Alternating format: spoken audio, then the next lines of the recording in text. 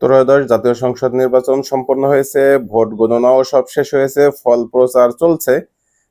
ইতিমধ্যে আমরা বিভিন্ন টিভি মারফত যেটা জেনেছি সেটা প্রায় 212-র মতো বিএনপি পেয়ে গিয়েছে, 71-72-এর মতো জামাত জোট পেয়েছে।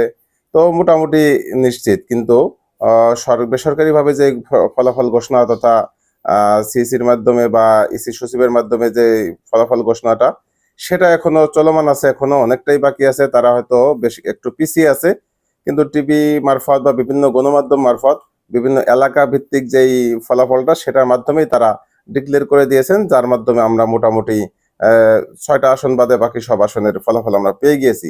তার মানে বিএনপি সরকার গঠন করতে যাচ্ছে, তাতে কোনো সংশয় বা সন্দেহ নেই, এটা চূড়ান্ত হয়ে গিয়েছে। কালকে নির্বাচন নিয়ে আমার অবজারভেশন হচ্ছে, বাংলাদেশের ইতিহাসে এই পর্যন্ত যত নির্বাচন হয়েছে তার ভিতরে সর্বশ্রেষ্ঠ নির্বাচন।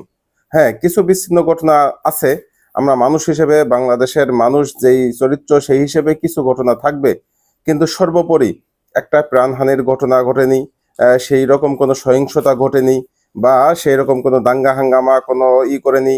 সবচাইতে এর বড় ক্রেডিট বাংলাদেশ সেনাবাহিনী।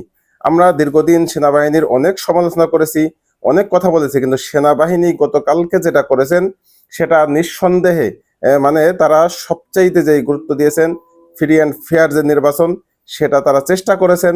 হ্যাঁ, তাদের জায়গা থেকে তারা কতটুকু পেরেছেন সেটা হিসাব আরো পরে করা যাবে, কিন্তু তারা চেষ্টায় ত্রুটি রাখেননি, নাম্বার ওয়ান। নাম্বার টু, তারা কোনো পক্ষপাতিত্ব করেছেন সেটা অন্তত আমার কাছে দৃষ্টিগোচর হয়নি। হ্যাঁ, সেনাবাহিনী যেখানে ছিল না, তার আগে কিছু অনাকাঙ্ক্ষিত ঘটনা ঘটেছে, সেটা হয়। যেমন গতকালকে আল্লামা মামুনুল হককে অবরুদ্ধ করে রেখেছিল, তার উপরে চড়াও হয়েছিল, এরপরে নাসিরউদ্দিন পাটোয়ারির উপরে চড়াও হয়েছিল, কিন্তু সেনাবাহিনী এসে পরিস্থিতি দ্রুত তারা এসে সেখানে পরিস্থিতি সামাল দিয়েছেন এবং তাদেরকে উদ্ধার করেছেন। এই বিষয়গুলিও খুব ভালো একটা সাইড ছিল। সর্বোপরি যেহেতু বিএনপি সরকার গঠন করছে, তো বিএনপির কাছে আসলে আপনাদের কি প্রত্যাশা, কমেন্টে জানান।